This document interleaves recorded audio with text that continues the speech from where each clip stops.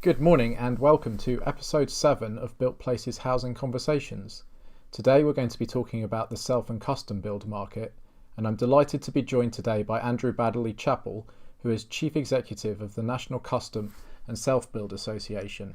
He's going to be giving us a bit of an introduction to the sector and looking at some of the stats.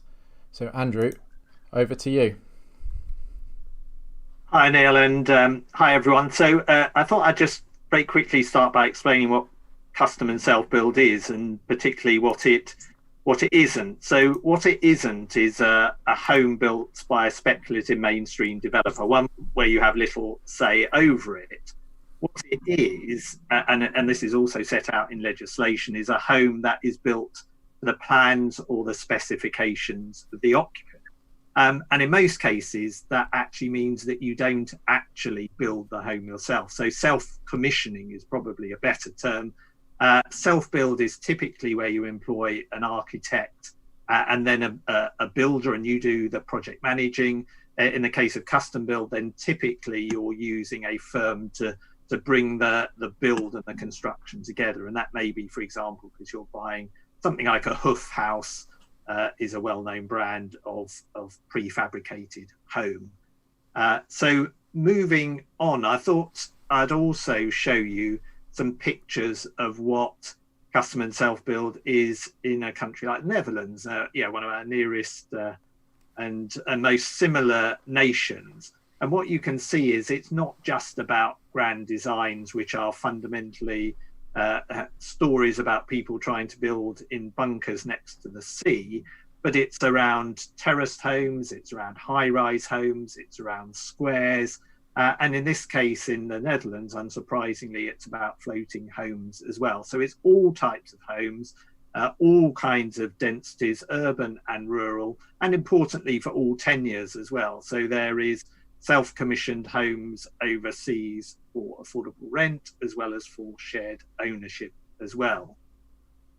And if we move on, we can see that the overseas comparison is really important because we are a massive outlier. So on average, across the rest of the developed world, about 40% of all new homes are self-commissioned.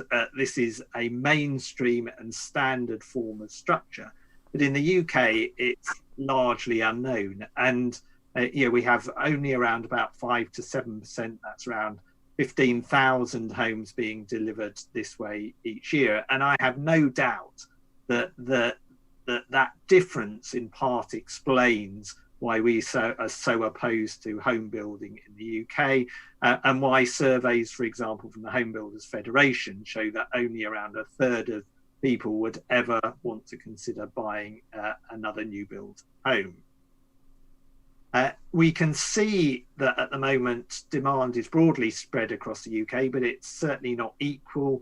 There are communities where more single homes are built, particularly in areas like Northern Ireland, which has a well-established history of that kind of development, also in rural areas as well. But as I've said, the real challenge is around getting this for mainstream homes in mainstream locations. And I referred to earlier a legal definition, and that's important because there is legislation that's generally called the right to build, which, if we see the next chart, that requires every local authority to maintain a register of people who want to build their own home. And then within 3 years of having join that register, if 100 people join the register in 1 year, the local authority must ensure that 100 permission plots come forward, and they don't have to be the plots for the people on the register, and people aren't given them for free, but they need to match demand with supply in the short to medium term. There's also a requirement in planning to bear that in mind in strategic planning as well, and that's important. If a local authority then doesn't meet the demand, then there's something called a material consideration in planning, which means that someone coming forward with a plot will be given relative bonus points because of structure. So that's where we are. We need to change. This needs to be part of the conversation, and it should be about the recovery that we need in our economy and the housing market as well. Thank you, Andrew. So, do you have any ideas for why we are so bad at self and custom build at the moment? We were bottom of that chart compared to all those other countries. Yeah, well, it's very hard not to draw the conclusion that part of that is due to our planning system. So most countries with large levels of activity have some kind of zonal planning system, and most of those within zonal planning systems have areas specifically set out for custom and self build. That's partly as a result of kind of putting similar properties together. But it's also that there's kind of an economic feature here as well, which is that in the UK, our planning system has led to a focus on large developments, which has led to a focus on large developers buying large swathes of land. And effectively, therefore, the land suppliers are acting as wholesalers. They are selling wholesale land into the planning system.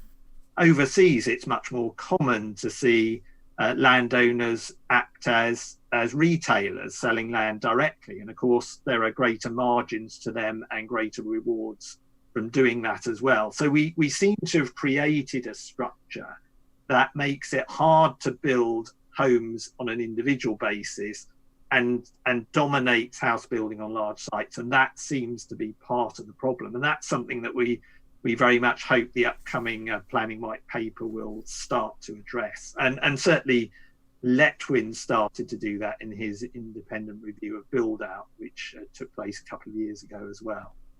So with the changes to a zonal system, is there anything specific in that the self and custom build? You meant kind of land being retailed rather than wholesaled. Are there specific points that you'll be looking for to support the self build and custom build sector? Well, I think there are a couple of things. So first of all, as ever, zoning is just another form of planning. So we can't just simply say it's about zoning and zoning solves the problem. What we can say is zoning seems to be aligned to it, but of course it's a massive task. Changing, we need to change not only the planning system but the way in which people think about homes. And I think it's absolutely bizarre that consumers seem to know two things. First of all, they know that the way in which we build homes isn't something that they're but they also seem to accept that that's just how markets should work. There's almost seems to be like a kind of Stalinist approach to this. We have become conditioned to think we will never buy a new build home. And we seem to think that if we want to have the home we want, we have to buy an old one, knock parts of it down and build something very exciting on the back. And that just shouldn't be happening. And it's bizarre that people don't think, if you like, that is bizarre. And so we need to change the mindset. We need to open people's eyes, and we need to think. We should expect new homes to be like every other consumer market, and that is that it is fundamentally driven by consumer choice, and that consumer choice leads to better outcomes. And if you like, think about this as the car market of 20 years ago. There was a really strange moment that came forward in the car market where the car makers had got themselves into a cycle of producing the same kind of car time after time. And they realized it wasn't because what consumers wanted. It was because it was what their salesmen were good at selling. And they were good at selling just enough to keep that process going. And it was only when they opened their eyes and gave people choice and variability that they really understood what consumers wanted. And they really started to give products that are competitive. We've just got, we've done it in cars. We expect it in phones, we expect it in clothes, we expect it in every other item to have consumer choice, and it's just housing which is so failing us at the moment. I suppose one of the challenges for the sector is that if you talk about self-build, you automatically think of Kevin MacLeod and Grand Designs and some great big project that inevitably halfway through goes slightly or horribly wrong, and you eventually end up with something 2 years after living on a building site in a caravan. whereas I think what you're looking for the sector is a very different model than those one-off. That's right. That's right. So, if you think of self-commissioning, it can be about self-building. It can be about that bunker. It can be, and we should remember, Grand Designs is a TV program as well. So I've met a number of grand designers, as you might expect in my role, and universally they will tell you that the kind of good news, bad news, good news sandwich that the program represents is kind of not really representative of the kind of the actual journey that they have always been on. But I believe self-commissioning could be super simple. It could be simply going along. If you live in Germany, you can go along to a show home site, a bit like going to a shop or a clothes shop, and they've got 80 homes there set out that you can look round.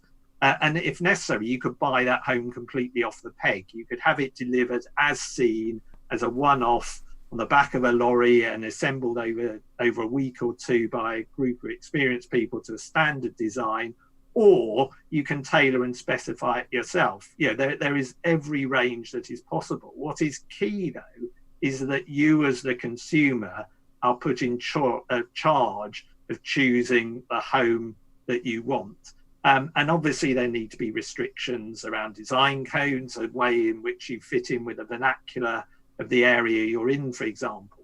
But this is about the front and the inside and the way in which that house operates. So in terms of the barriers to it happening now, we've mentioned land and the right to build registers. And I mean, how well are local authorities delivering on delivering land for people who want to build their own home? Well, so the answer is they're not doing great. Local authorities are extremely cash-strapped. Their resources are extremely limited. The legislation although it came in 2016, it's only in 2019 that they actually had to prove they'd done their bit. Around about half of local authorities in our latest survey said they hadn't met their obligations. And so there's now a challenge going on for them to pick up the pace. A small number have been deliberately resistant and have sought to restrict the ability of individuals to do that, which is frustrating because the legislation allows plenty of opt-outs if there are particular concerns, for example, about availability of land. And no one's suggesting that in national parks or the Isles of Scilly or even in congested inner city areas that people should have any automatic right to a nice plot of land on which to build a home. So I think the answer is we're getting there with the legislation, but it's taking much longer than we'd like.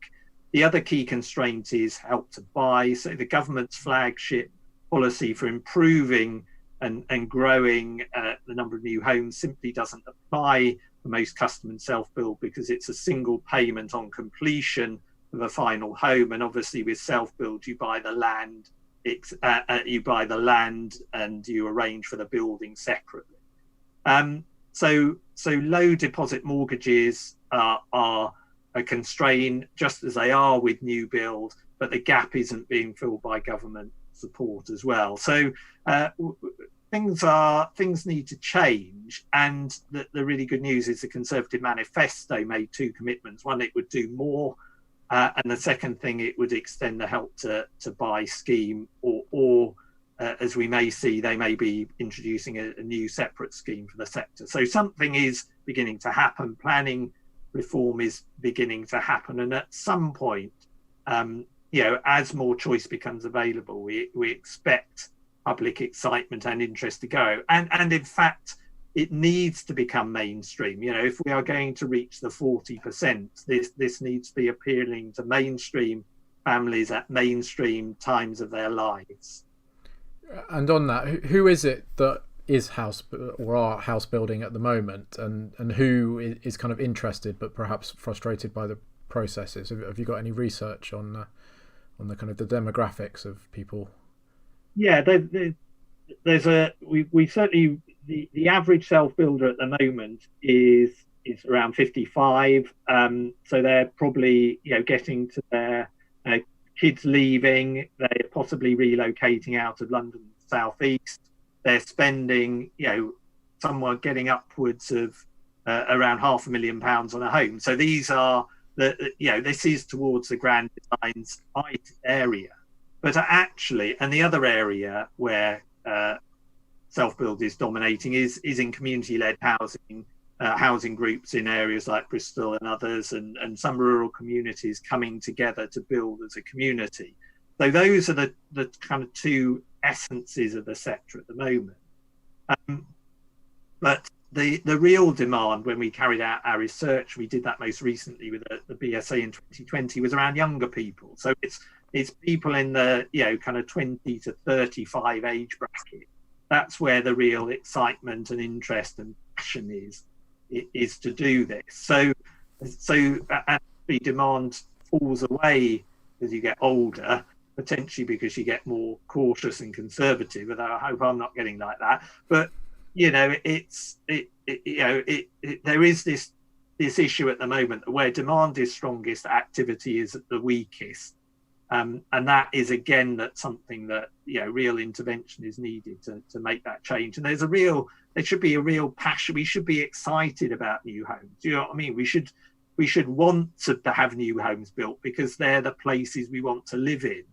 We need to get on from, we can have homes that aren't drafty. We can have homes that are efficient, well insulated. We have homes that have a good work-life balance, that are carbon neutral, and that are energy generating. All this is possible, and when people are given the choice, they go for it.